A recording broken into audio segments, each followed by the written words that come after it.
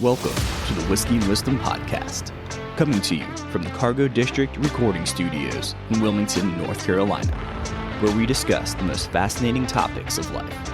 I'm Tyler Yaw with my co-host, Chris Keller, and each week we interview a special guest to learn how they acquired their wisdom over a glass of whiskey. So, sit back, pour yourself a glass, and enjoy Whiskey and Wisdom. Welcome back to the Whiskey and Wisdom Podcast. This week you have your constant co-hosts, Chris and Tyler Yaw.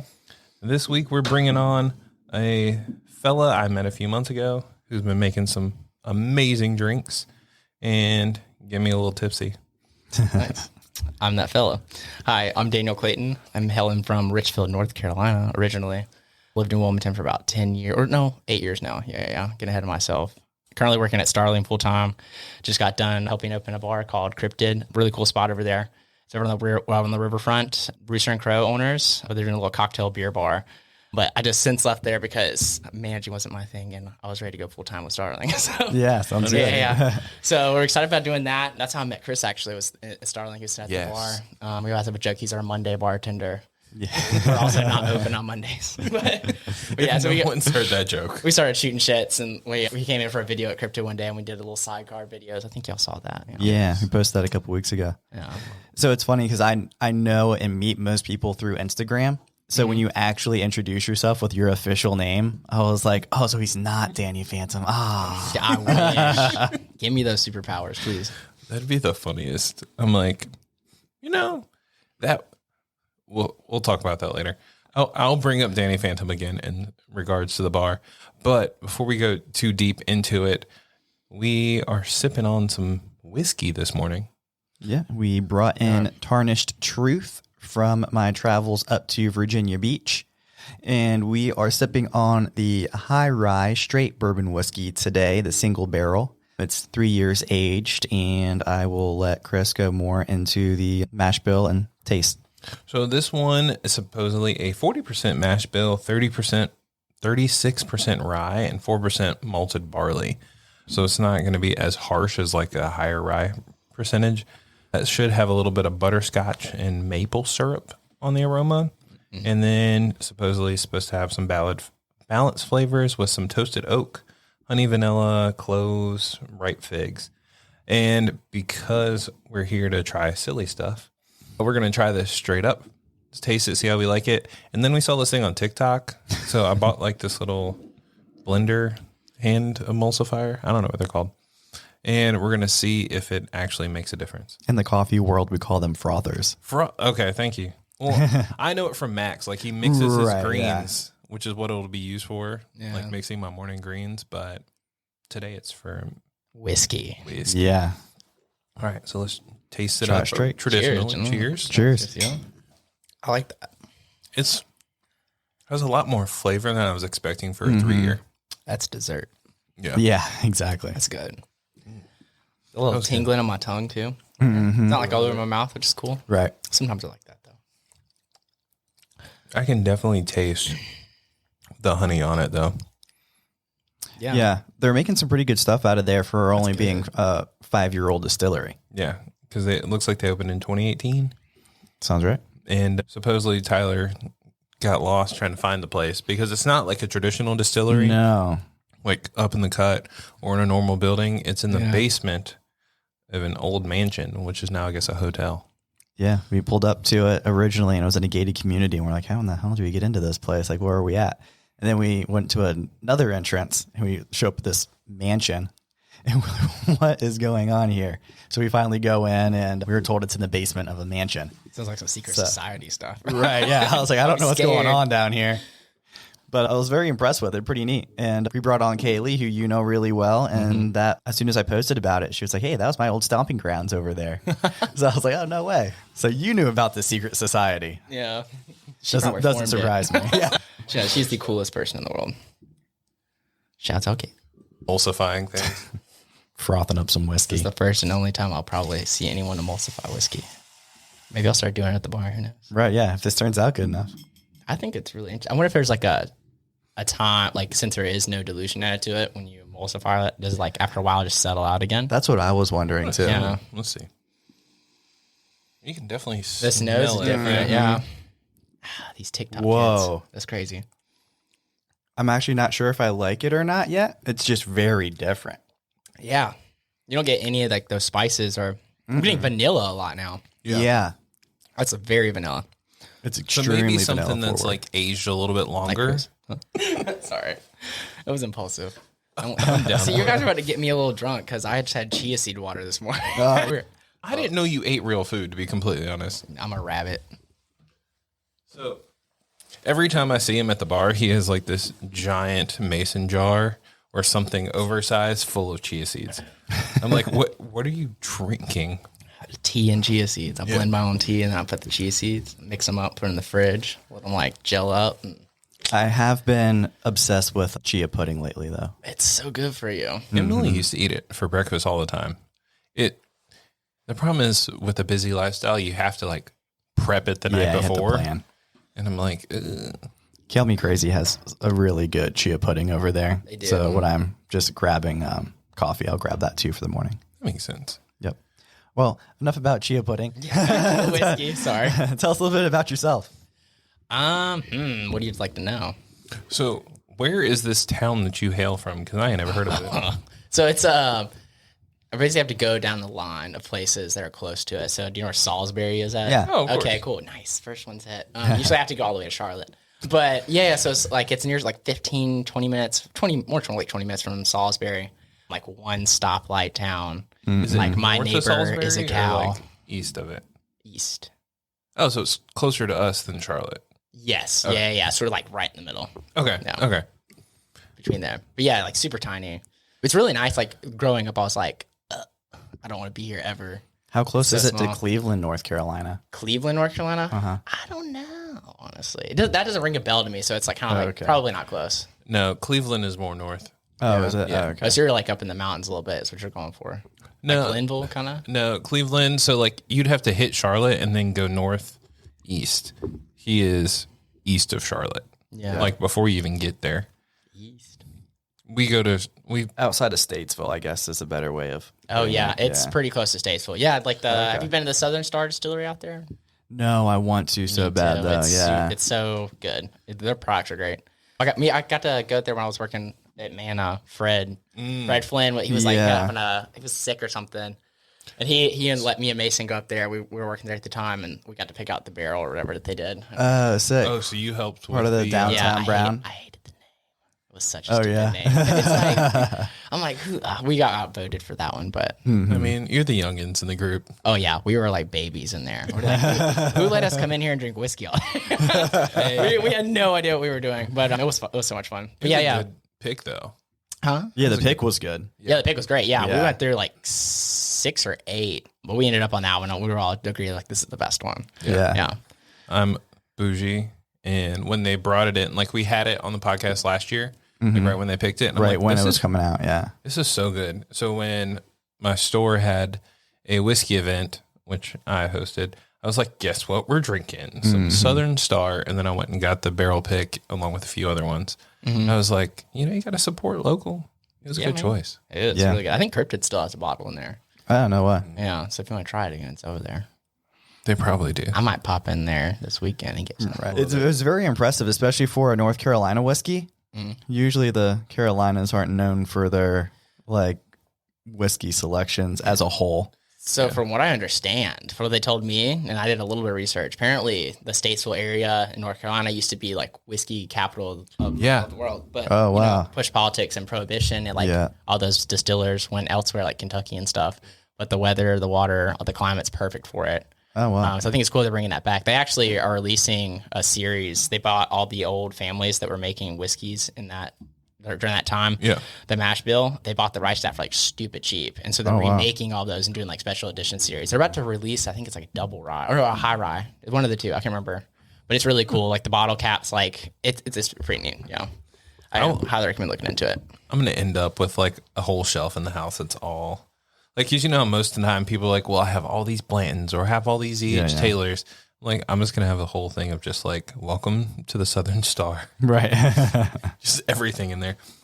On a different note, I definitely like this better before I emulsified it. I did too. I'm almost like getting like an oatmeal flavor right now. Am I weird for that? I haven't tried it since the first like 2 sips. Maybe I'm just.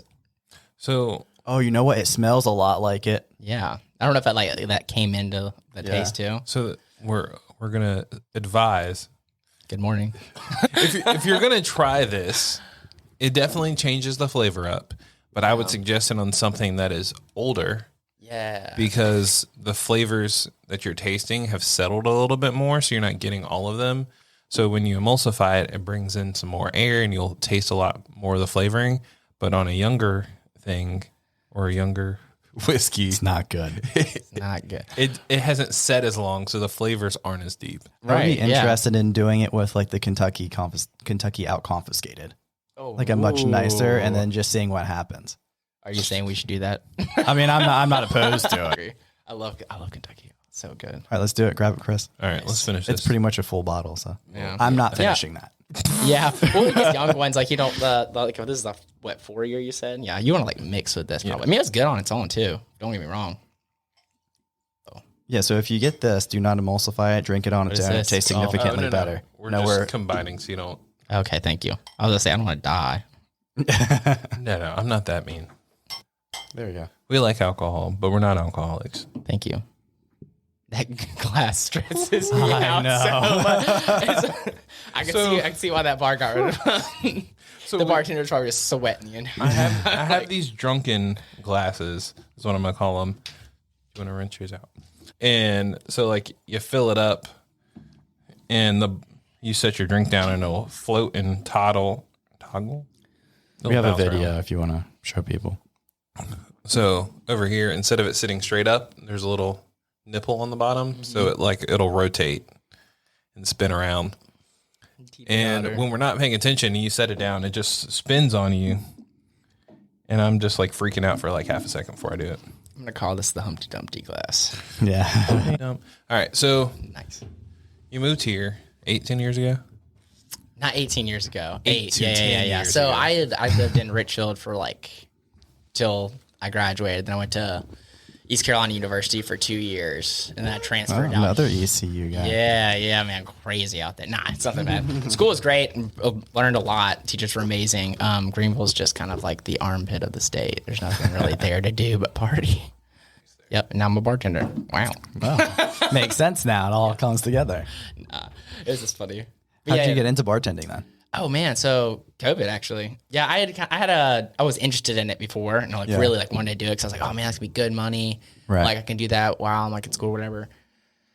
And so I was kind of like, I took like a bartending class in Raleigh, which is looking back now so dumb on me. But like I was like super ambitious about it. Like, man, this would be so cool. There's some states you have to do that. Yeah, exactly. But here it's like you don't obviously. And so I didn't do anything with it for like a year probably. And then I got a bartending job, and I was like, all right, that's cool. I did a couple of places. And then I was actually, at the time also, I'd gotten my massage therapy license. I was doing that for about 2 years. Yeah, I was working with a chiropractor for a little bit, and then for a while. And then COVID kind of like killed his business, at least to the point where he was still doing well, but it was like wasn't a point where he could have like a whole like annex, because he was like trying to do a whole extra thing for the massage therapy too. And then I'd gotten the job at Mana with Fred, and then he taught me everything.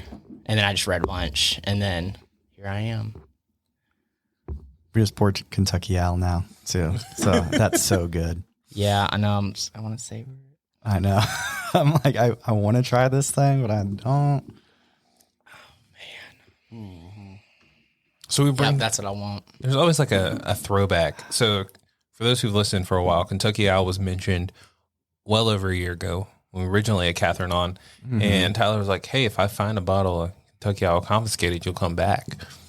And it took me like almost a full year to find another bottle. Yeah, It's hard. And then when Catherine came back, she wasn't drinking because she was doing the Live Hard program. So I mean, we get to benefit from it. So there. That's why I like. One of the things where I like going back home in Richfield is because the ABCs out there, people don't know what they're getting. So sometimes you can go out there and find the stuff that you can never find here. I'm just like, yes. When I go back, I hope to go soon. Or maybe I can bring a cool bottle for you guys. Yeah, that'd be neat. Yeah. We shall see. That's what I do randomly now. Emily looks at me like I'm stupid when I will stop. Like, oh, there's a liquor store. And just pull over. She's like, what are you doing? I'm like, I want to see if they have something good. might be something in there. You can find gems in those like weird South Carolina too. It's like right down the road for us. So Yeah, it's a normal stop for me. I'll go down, try to go to like a smaller town area, go to like a liquor store that no one's ever heard of. like I know you have that like out here. Right. That Mitcher's 10 year. Let me know where it's at. I've really never have Michter's. It's been one of the brands that I like just avoided because I kept seeing so many ads for it. You should try it. I really like to mix with it. The rye I like to mix a lot. I don't never really mess with the bourbon so much, but the Mitcher's 10-year rye is. We have a rye back there from Michter's that we'll eventually try later on in the weeks. But yeah, I love mixing that too. It's my favorite. It didn't really change the nose that much for me like it did the other one. No, it didn't change it near as much.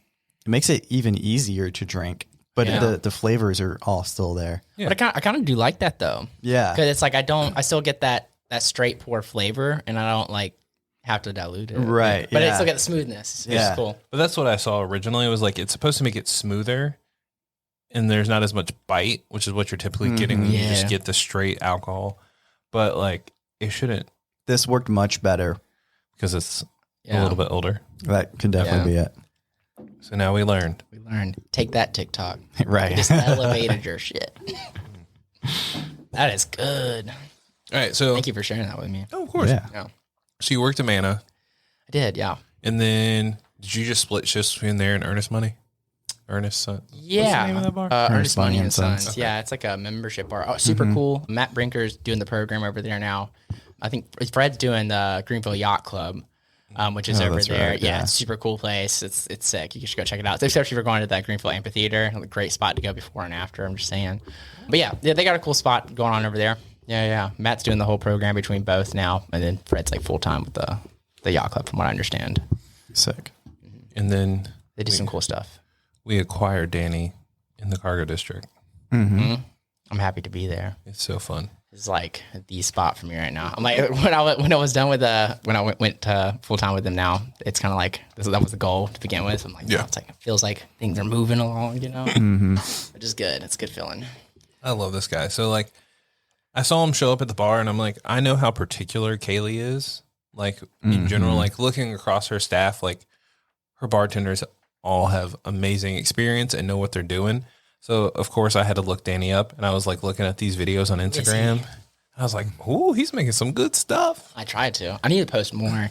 It's just, Instagram just sucks me in. It sucks you in. And then you don't get enough likes, and you're frustrated, and you're like, well, why did I waste my time doing that? Well, the thing is, like, it's not even about the likes for me or anything. It's like, it's strictly the fact that, like, I'll get on there and just start seeing all this stuff, and I just get depressed. I'm like, dang, like, this cat got murdered today, like that's crazy, and like I'm just like, and I get sad about it, and then it's just like it's too much. It's like sensory overload. Like I just get overwhelmed, and then I can't stop looking at it, so I just get more overwhelmed. So you're a cat dad? No, I'm a dog dad. Okay. I don't know where that came from. Yeah. I mean, well, everyone else people in the think of bars social are media. cats. Think of cats. Oh no, I think of dogs. I think of cats because like that was the YouTube thing back in the day. It's all like the cat video. Yes, the cat's playing piano. My dog is very memeable. Maybe I should start a meme page on him. Yeah, he has very like facial expressions. Does he? Yes, he'll like do head tilts and he'll get upset. Like he's like it's very expression. It's funny. But yeah, I'm a dog dad. I got a yellow lab. He's turning 8 in February. Yeah. Oh, nice. Yeah, he's old. It's all white in the face now. In dog years, he's as old as my dad. I joke with him like you guys are old guys now. See, that's the funny thing. Like when it compares like a dog to a human, it's like, wait, you really are as old as my dad now. Yeah. I feel like that's the thing. He's got like disappointment looks at me now. He's just like, man, like dog, come on. I saw how late you got home last night. I know you weren't just working. Sniffing me up and down. Like, my shoes, like, where have you been? So, jumping back into topic, because this always happens. You helped open up the Cryptid Bar, and I went in, tried a few drinks, and that's where we shot one of our how to make a sidecar videos. How was that experience? Because like for a young, quote unquote young bartender to start and have to like help come up with drink ideas and put things together, how was that?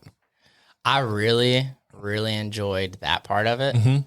Did not enjoy like the managerial side. I think I think that it definitely opened an idea for me of like where what I want to do in the future. Like I really want to get into consulting work.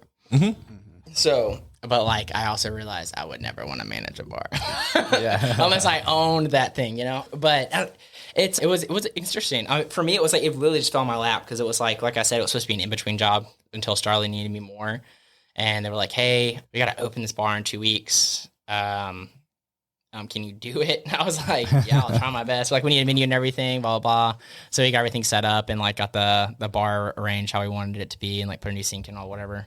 But yeah, it was interesting. I definitely felt like underqualified, and I was. but no, I was like, this is an opportunity. I can shoot my shot, and if I fail, whatever, I learn something. And it's very seldom you get to do things like that, and you don't have to use your own money. So that's I like the idea of that. If I can like try something new, and if I fail, that's cool. Mm-hmm. I didn't lose my money. Right. But it was a success though. Like it's going hard. Like Cryptid's great. So Zach and Alan do a great job over there.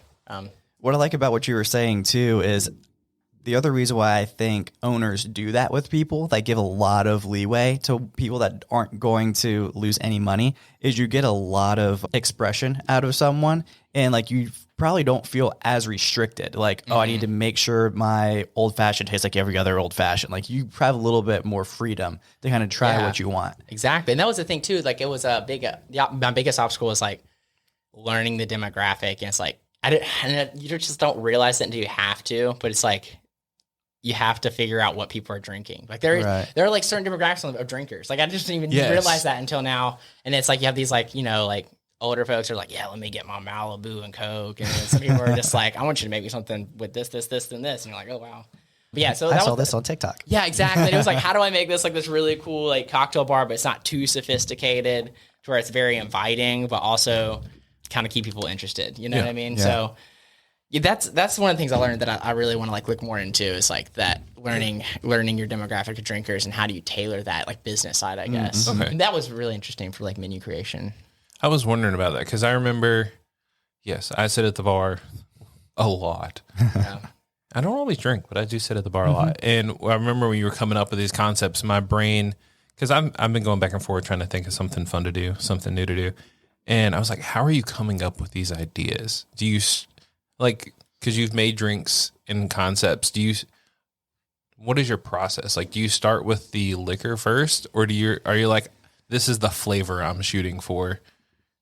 So my brain is all over the place. So okay, I contributed most of it to like cooking. So my mom would always cook growing up. I would be in the kitchen with her. And then when I got to college, I was super poor. So I would just like buy groceries and cook all the time. My friends would come home. We'd be a little wasty. And then I would just get in there and just make food. And then I would just like realize like what I had. So it was like these different weird flavors. I was like, oh, that goes great together. And with cooking, you're not really measuring anything. You're just like like whipping it up. So I contributed to that pretty much. I think, I don't know where it started, but like when I'm making things, like it just makes sense to me in my brain. Like it's like almost like when you do something for so long, you're just like good at, you don't know why, but I guess it's just like a conglomerate of everything you've done in the past. Yeah. I think it's like that. I don't know. Earnest Money helped me a lot too, because there it was like the main thing for that was most people would just come in and be like, I want tequila, Saint Germain, and I want to feel like I'm drinking on a beach. And you had to make them something brand new. So it was like a lot of that was like probably 60-70% of the drinks was I was constantly making something on the fly. Oh wow. Right there. So it was like on a busy night, I had 8 drinks lined up. 6 of those were probably going to be like, I have to make those in 30 seconds or less, So it's like, I think that a lot of it was that too. So for me, that's a strong suit where I think a lot of other, like other bartenders are way better at me than other things, but I'm okay at that. It's something I want to get better at. Right. Yeah. Okay. I'm okay at it though. Yeah. Yeah. No, it's very like, it's interesting. I enjoy that. Because you started in like a busier process. I feel like Mana and Earnest Money are like busier locales versus like I know some bartenders who started in like the classic like dive bars or strip malls where it's like, hey, do I really need to learn how to make anything besides like the classic, hey, can you make me a rum and coke?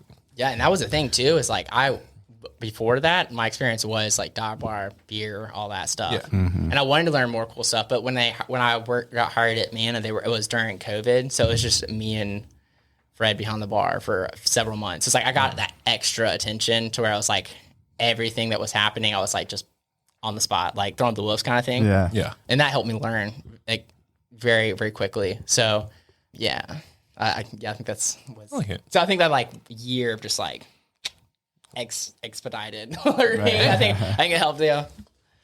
Which is interesting. One of the reasons why I was excited to bring you on, kind of along those same lines, is like if you go to like the normal like dive bar or college bar or whatever, you have like the college guys and girls over there that they're like, oh, I'm just doing this like to make a few extra bucks. So I always love talking to someone who wants to make like a career out of bartending, because I don't think as many people realize you can.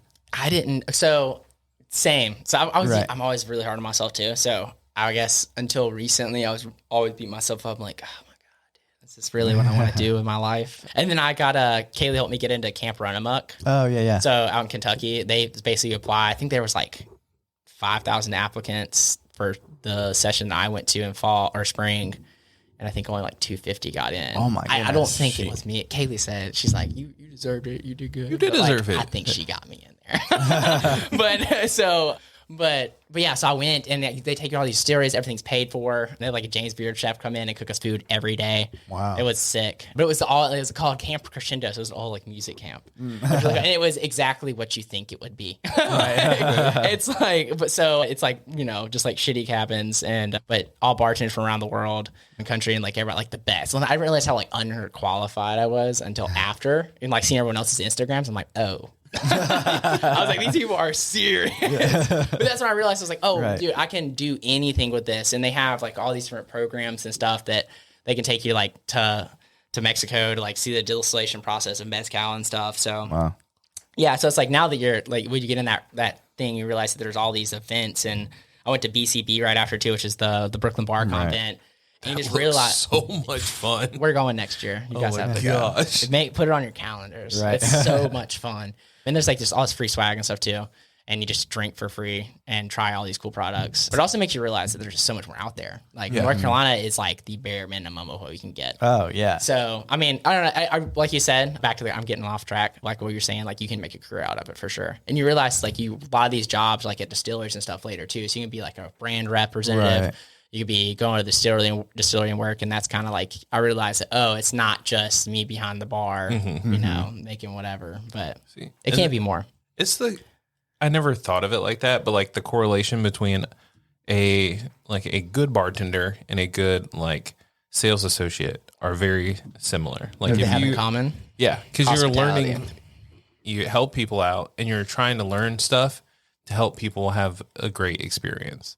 Yes. And I feel like as a good bartender, trying to go to these schools and these like camps and like just getting to learn more about these brands will make you a lot better versus the guy who's just like, hi, what do you want? Mm-hmm. Or, I mean, even the great Michelob Ultra. Yeah. I'm like, even the great dive bar people who like only know your order.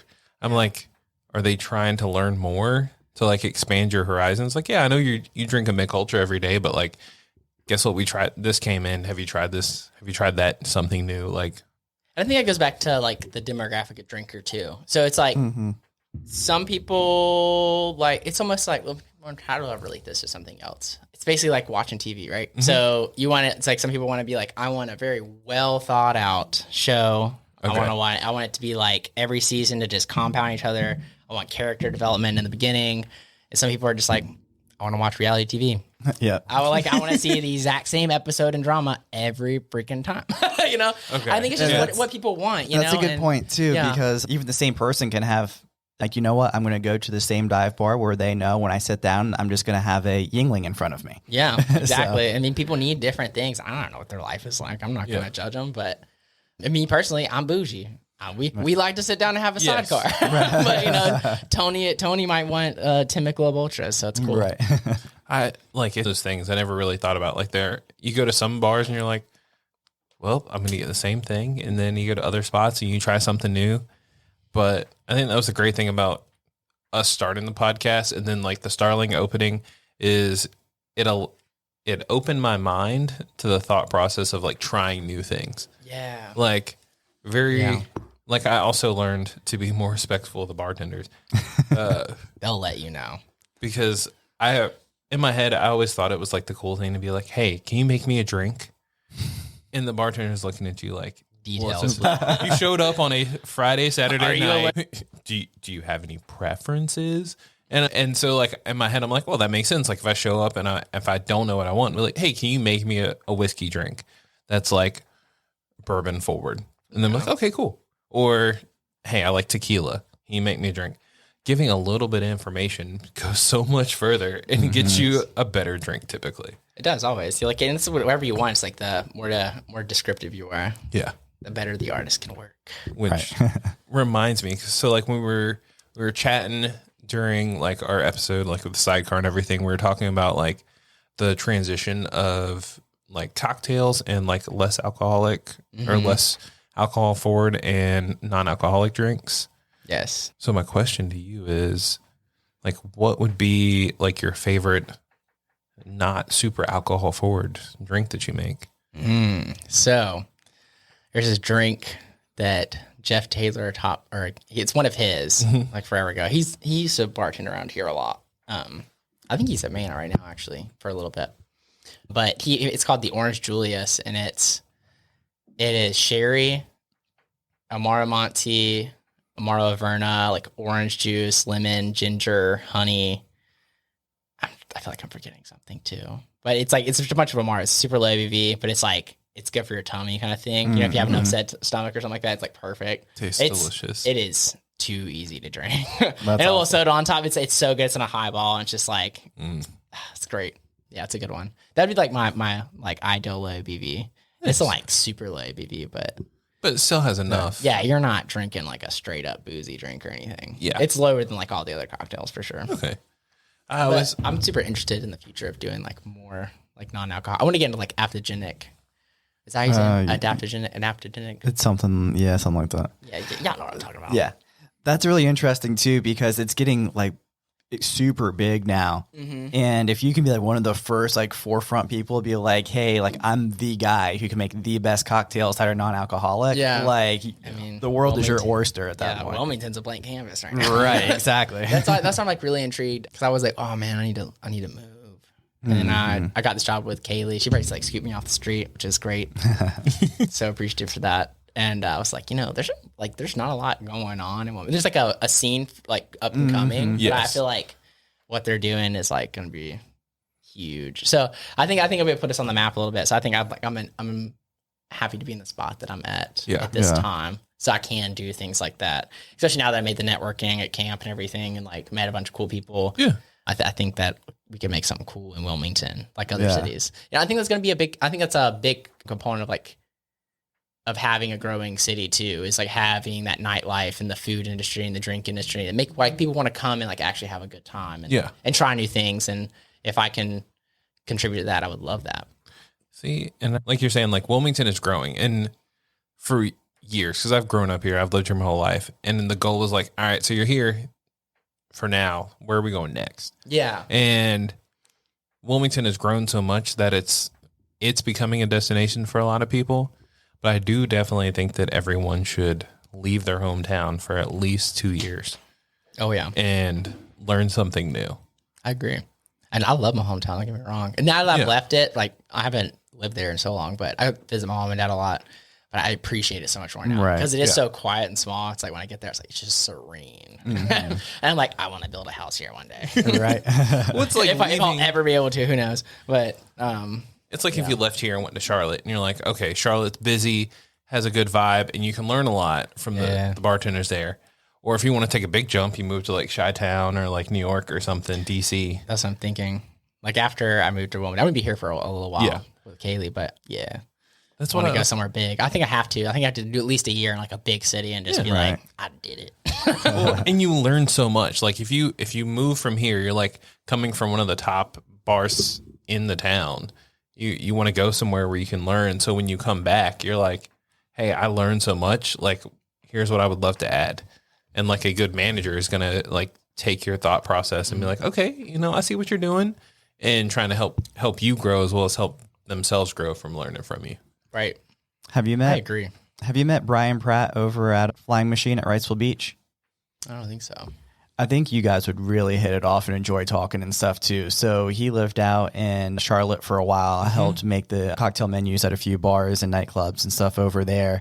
And now he does he's actually the beverage director at Flying Machine at Wrightsville Beach. Oh, super cool. So yeah, and he does some of the consulting and bar building and stuff too. So I feel like you guys would extremely hit it off. I might have to go pop in one day. Yeah. Yeah, He's a super cool guy. That's what I wanted. I just think it'd be so cool. I think like end goal would be, as far as like the career in cocktails goes, or in bartending, would be like, I want to have it like a open sourced consulting business. So it's like, hey, we can do, because I have a little bit of a graphic design background too. So I think it would be cool if I could have like a whole package thing. It's like, hey, like, okay, you're Indiana, for example, some city out there, like, hey, we want to build a business. Like, oh, I know a couple bartenders out there or near that area that know like how people drink, or like know the demographic and how people act and everything in the bar scene. Have them like, you know, pay everybody else, pay them out of like how they want to do that. Make sure like they have it so it's like tailored to the area. Yeah, and then have like a board of like other bartenders that like so no one, like everything can be remote. It doesn't have to be like edit like where we're at kind of thing. I think it'd be cool. Yeah. That'd be neat. Have like a whole package, like do your menu design, web design. You know, like come in and train your staff, like tell you what we think we would need you to have. Kind of like gets their paycheck together. A better version of Bar Rescue. Yeah. Yeah. Except like we're not on TV. Yeah. Well, like and that concept is really cool. And I mean, it makes sense, but you're right. Like every demographic is different. You can't show up and be like, okay, all of you bartenders have to know how to make a proper rum and coke. I'm like, well, technically you should know how to. Yeah, that's easy. Everyone should know how to do that. But it's like, I'm not going to know how people drink in Wisconsin. Like people put olives in their old fashions up there. I would turn my nose at that. Yeah, for real. You should look up all the different variations of old fashions in Wisconsin. It's insane. There's like a ton. Absurd. like it's weird. I don't it trust gets weird. The Midwest. Well, I think they just got left alone out for so long. Yeah, but like when all you have is a olive out there and you can't find an orange because you're so far away from Florida, you just do it. I mean, Chicago came out Malort, so true. Like I don't trust. No, like I don't trust the Great Lake states. How about that? Yeah, they're like, all we have is this sweaty sock. Yeah, I'm like let's distill it. I don't totally trust Ohio or Michigan or Wisconsin or Illinois. It's like. Weird. You know what's probably making some weird shit. Interesting place, like North Dakota. Never been there. It's so weird. I mean, it's not weird. It's just like it's different. It's so different. Also, some of those beautiful women I've ever seen in my life. Like it's like super cute accents too. They're like, "Oh hi, how you doing?" Hey, what's up? I've been to South Dakota because we were there for training years ago, and I'm like, okay, cool, I know South Dakota, but I'm like, that's it. I was there for like a week. I don't remember. I was there for a little bit. Okay. But not in the city. So I was just sitting out there. I woke up in the middle of like some national park because that's where we were staying. I looked, I'm like, oh, there's some bison. Yeah, they're everywhere. And it walked apparently like right behind our tents and like took a poop. And I'm like, I was within 20 feet of dying. Because like if you walked out and weren't paying attention. Yeah. They'll run you over. Yes. Yeah. They have that. When I went, they had an albino one. Oh, really? Yeah. It was really old. And then we found out like 2 years later, because we'd met these two girls on spring break, and it was like forever ago. And they were like, you should come up here. So we went up there and visited them. And then like 2 years later, when she texted me, she was like, hey, the albino bison died. I was like, oh no. So depressing. It was. Thank you for the random message. Yeah, I know. It's like, I haven't thought about that in forever, but it's just funny. I haven't talked to you in 3.5 years, but thanks for letting me know about that albino. Yeah. I was like, damn. I'm going to steal Chris's question here real quick. So with everything you have going on in the bar industry and where you'd like to go, what does success look like for you? Success? Man. In the bar industry? Yeah. I think success for me long term, or like, are you thinking about like right now? Like next 5 years. Next 5 years, success to me would look like helping the best I can where they need me at Starling and Ibis, and creating something. I think it'd be cool if we get a James Beard Award. That'd be pretty sick. I'm going to add that on there. That's going to be on my goals list. Yeah. I might have to talk to the gang about that. Maybe we can make it happen. I mean, The IBIS definitely has just because it's so different. Mm-hmm. I mean, you have potential. I actually didn't know that you get a James Beard Award for a bar. Mm-hmm. You can, yeah. I looked it up the other day. Yeah. Well, I think that would definitely on there. We got an all-star lineup over there right now, so I think it's possible. We're gonna make it happen. Anyway, but that for sure, bartending at least 1 year in a big city, and then having a strong foundation for a consulting business. Yeah. And like have it where like I feel comfortable enough that I could bartend like 2 days a week, and then the rest of the week focus on that. Yeah, that'd be sick. And buy land and houses. Right. So I can help everybody. I don't need multiple houses. I want to give everybody money. A lot of land and like one big house. Rental properties. Yeah. Well, see, my thing is like, it's not even like I want to help like do affordable housing. Like if I can buy land and make money off of it, or like just have it and like help others, I think that would be like the end goal. But right. I don't know. That'd be so cool to have like, I don't know, just like have like very sustainable, like I would like to learn how to garden really well and just like have it to where like I could like maybe like buy like affordable housing and then have like a garden kind of area where people can have food and just like pay somebody to maintain it. And then like, I don't know, I think it'd be cool. But that's very like far fetched. We know some people. One of my friends actually went and got his master's degree, and that's exactly what he wants to accomplish too. Really cool. Yeah. Because I just feel like people don't get a good break, man. Like, you know, it's like, if you have all your bases covered, like, hey, I have fresh, clean food on the table every night, the things that I need to survive, it's like that's such a big burden off your chest. And you can focus on the things that you need to focus on to make yourself better and to help your little corner of the world be sane. Yeah. So I don't know. I think it'd be cool. Excuse me. Shoot. Sorry. I got hit. So, because we're coming up on the good times, I got a question. Since Tyler stole mine, I'm going to steal his. If you could tell your younger self one thing, what would it be?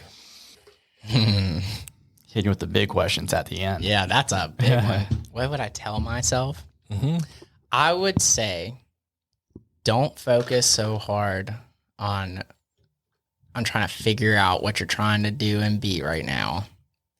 Enjoy what you have and focus on learning self-discipline. I like that So one a lot. I think I'm just like, I actually really, that's funny you guys asked that question, because literally just like last night I was sitting there like journaling and I was like, man, I've spent a lot of my younger 20s really just like stressing myself out, being like, I have to like meet all these goals and make all this money and do all this stuff. And I'm realizing it's like, money's not really, I mean, like that's a byproduct of your own like diligence and success anyway. I mean, it's necessary, but it's like, that's not the focus. Like you need to focus on purpose, and it's like that, the rest of everything else will come. And I think like in my early 20s, I was just like so focused on like trying these different avenues and just like really just stressing myself out for like what, when I could have been enjoying myself a little more, you know, or like, I mean, I had fun, don't worry, but you know, but I don't know. I just think I think just calming down and realizing that right now it's okay. Yeah. I like that a lot. There was actually a mental toughness forum that I was watching. It was like a virtual forum of some of the most successful people in the United States right now. And they were talking about very similar things that you were just talking about there, where it's not about your one and only goal, making all of this money, but if you can find something that you love and enjoy to do that's providing value to others, you'll just automatically receive that byproduct. Because if you have something that's worthwhile to give and you love doing it, it's naturally going to come to you. It is. Yeah. And that's the thing too, is like a lot of that will attract community, and most of you can't do it by yourself either. Right. You have to have that team behind you. I think, I don't know. I think as a culture, we've kind of promoted individualism to a point where it's like, you think like the only way you can be successful or find purpose is if like you do it all yourself. And that's not true. Like for all of history, like you look at everything, like anyone that's ever done anything, they have a team of people with them. Absolutely. Yeah. And it's like, you're not doing it for yourself. You're doing it if you act off of what do my people need instead of like my own ego, like that's, everyone's loyal to each other. And like, that's how you build stuff. I think that's from my own research and what I've seen. Yeah, absolutely. Chris and I are actually coming out with a summit later in the year that's called Build Your Community Summit. Yes. And we're going to bring a bunch of people together that have built communities in one way or another and just promote the importance of having people around you. Yeah, I love that. I mean, build more communities, man. Yeah, exactly. We got to do this together. You know it. So, So I have a question for you guys. Okay. Chris is just looking at me like a deer in headlights. I know. I was like, are y'all about to care? No, I had like 4 things going through my head, like back to back to back. Send it. Okay, cool. So my question for you is, so you're at the dive bar. It's 1 a.m. What is your go-to dive bar drink? Jameson and ginger. Nice. Solid. Yeah.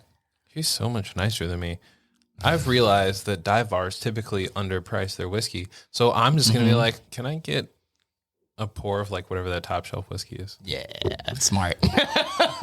There's, you smart, have to be though. careful though, because some of them will be like, oh, hey, I think this is expensive. And they'll like charge $40 for a pour of Eagle Rare. So Yeah. Well, Yeah. legit, I've been to quite a few lately because me and Tyler talked about this the other day. And I walk in, I'm like, you guys have like Elijah Craig barrel proof sitting Yeah. here? How much is that? And they're like, $8. it's like, that's the regular Elijah Craig Can I get a double that dusty bottle of E.H. Taylor in the corner there? Yes. That hasn't been touched in 2 years. So yes, I always ask before. But if I'm legit like sitting at a dive bar all night, I'm probably drinking like rum and Coke or just a regular like. I have learned I have to say bourbon ginger, not just a flat whiskey ginger. They'll give you whatever. Right. Yeah, I found that out the hard way. And like, I've had this ginger ale open for 5 hours. Right. You're going to drink it. It's so flat. They don't want that. Should have asked better. That's a good one. See, what do you order? Me, Miller High Life, baby. Okay. If they have it, for sure. I like a Miller High Life. I don't know. Probably like, if they have Campari, I'll do Campari and soda. Okay. But most people don't. Yeah. So like, Probably not a dive bar. huh? Probably not a dive bar. Probably not dive. Some of them do though. They Really? just have it. I don't know what it is. Like, It's because Beth does a great job. she does, yeah. She's out there hustling. I went out, dude. She gave me some like bar mats and stuff for cryptid, and she just like, we met at Luna Cafe, and she's like, come out to my car. I'm like, are we about to sell drugs? It was She just like, pops her trunk, and she's just like looking around. She brings all these mats and stuff, and I was like, thanks. But she's really doing her thing out there. Yeah. So I love Beth. She's great. she's a goober. She is a goober. I'm going That's to why I love give her. every listener here the best advice that I can give them listening to a whiskey podcast. Make sure you find yourself a very good best friend that is a liquor rep. Mm-hmm. It'll make all your dreams come true. Yes. Yeah, you get a bunch of free shit. Or to save you some time, just use Sway Creations to make all your podcast activities and social media things look so much better. Shameless plug. That is It's not true. even shameless. It has made the life so much better. Like if Nice. people looked at us, because like we've been around, we're at 1.5 years now. Yeah. Like Tyler just typed like we're slow at life, and we finally put together how many episodes we've done. We've done 80 episodes. Wow. Yeah. And tried over 60 different whiskeys. Yeah. That's impressive. I think too, it's like a lot of times, you guys have a pretty good following right now too. Yeah. Like and thanks again for bringing me on. Yeah, I feel blessed. But yeah, a lot of times it's like once you have that base of just doing it for so long, you guys have the experience now. It's like any minute it's gonna get bigger. You know, Yes. it just happens. Everything Right. I've seen it happens overnight kind of thing. So Yeah. you just got to keep doing it. where- Consistency. And to keep from burning out, that's literally why we had to do Sway. Because we Yeah. hit a point where Tyler was working way too much and then doing all the social media. And I'm like, thank you for doing all that, but I have no concept of how to make any of these posts. And we linked up with them and they were like, we got you. Yeah. It makes it nice too, because before we're just like, oh, I need to do something today. Like, here you go, throw Yeah. it up there. And now people are like, oh my gosh, your Instagram looks really nice. And I'm like, I've had nothing to do with that. But thank you. Seriously, that's that too. It's like having a social media presence is so important now. I think I'm gonna take a big sabbatical and come back and like do like Just something. go ham. And actually, I'm not plugging Sway because like it's who we work with, but I kind of am. Plug them out, dude. Like I said, community, we gotta help each other. Right. But they actually, how they originally got started was working with gamers and helping them build their social media presence. Interesting. But like now that I was thinking about it and you saying that, I'm like, bartenders that are trying to gain social media presence is very similar to like that gaming aspect. Like it has the same type of like culture and vibe and stuff to it that Yeah. I think it makes a lot of like an easy transition. It does. Like someone like Beck, but she works over is starting to like Beck Fraser, but she was talking about that one day and it made sense to me. She's like, she does that, but people come to see her. You know what I mean? Right. She'll be like, because she posts stuff. And it's just like, that's kind of that's your brand. You know what I mean? It's like, hey, like I'm out here doing today slinging tiki drinks, you know, and people are like, I like that. And I like Daniel. I'm going to go get a tiki drink today. There's definitely been times I wasn't planning on drinking. I'm like, oh shit, like so-and-so's at the bar today. Like, oh, they're doing this. Like, okay, I'll swing by real quick. Yeah. Yes. And I mean, Super I cool. definitely, like, I legit love all the bartenders over there. And so it depends on the day. If I'm like, you know, I'm in a feisty mood and I look up and it's like Bex and Dana are working, I'm like, yep, I'm going to show up because I'm going to look at Danny and be like, surprise me. and he'll come, he'll bring it. I'll do it. That's what I'm excited about Ibis, man. We're gonna have so many things to play with. Like I feel like I'm burning out at Starling as far as like that goes. But, Yes. but you can make so many things. Like Yeah, I love because Starling. It's so good. It's great, but it is Just put a quarter in the little game thingy and you'll get whatever you get. Yes, Yeah. on Tuesdays. Yeah, on Tuesdays. Yeah. You just keep it all the time for Chris and be like, anytime he asks, be like, quarter. But we got it. Should. Hey. I'm with we it. might at the new bar. Yeah. But anything's that makes possible. sense. Like the Starling is truly a whiskey and wine bar. And so like you only have so much room for non-whiskey elements. I kind of like those parameters too, in a way. It's like I want to have more to play with, but like also, I think when I really get creative, it's like when it's like, hey, you have this. And I'll be like, I will make this. That's when it's like, I think a lot of the cool stuff happens. Cool. Because like, it's like you gotta get weird. Yeah. Just like, how do I make this work? Right. Understandable. Yeah. So do you want to shout out any social media? Any bars? Anything? Any bars? Wow. I want to shout out everybody. Everybody. Everybody. So shout out, I guess, my Instagram. I guess I gotta do that. Danny Phantom. And then I also want to shout out all my people at Starling. Go on there and check out their handles too, because I can't remember them off the top of my head. My brain don't work like that. Also follow Ibis. You know, we should be opening sometime. Hopefully this year. Well, Contractors open before you know. December. Yeah, before hopefully. Yeah. So it's happening. Shout out Cryptid, shout out Rooster and Crow, shout out Mana, Earnest Money, Greenfield Yacht Club, all of them. Go to Whiskey Trail, get your cheap whiskey. They have some good ones there, Chris.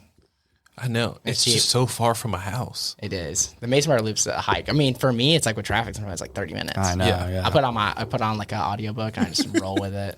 I live in Leland. People are like, oh, you like go out to Whiskey Trail sometime. I'm like, that'll take me a good hour. Like if Yeah. there's traffic. There's one on Market too next to the Avalon Apartments, but it's not the OG. I was gonna say it's not the same. It's technically the exact. It's like cookie cutter same, but it's like not the same. Right. You know. Parking is so much worse too. Yeah. Like there's nowhere to zero park. parking. There's like 20 spots maybe. That's Yeah. generous. I showed up in the middle of the day and I'm like, where am I supposed to park? Because Avalon has so many like guaranteed spots. Yeah. Also, shout out Captain Bills. I did a volleyball league with yeah. everybody. It was so much fun. Everyone should go. I'm See, done now. that's where everybody was on Monday when I was bartending. Yeah. Anyways, as you know, I am the Monday night bartender at Starling. Yes. They're closed. Don't show up. Please don't. But yeah, thank you guys for listening to the podcast. Follow us on all our social medias, like, comment, share, subscribe, and please download all the episodes because that definitely helps. That does help a lot. Subscribe for sure. Do it. Cheers. Cheers. Cheers.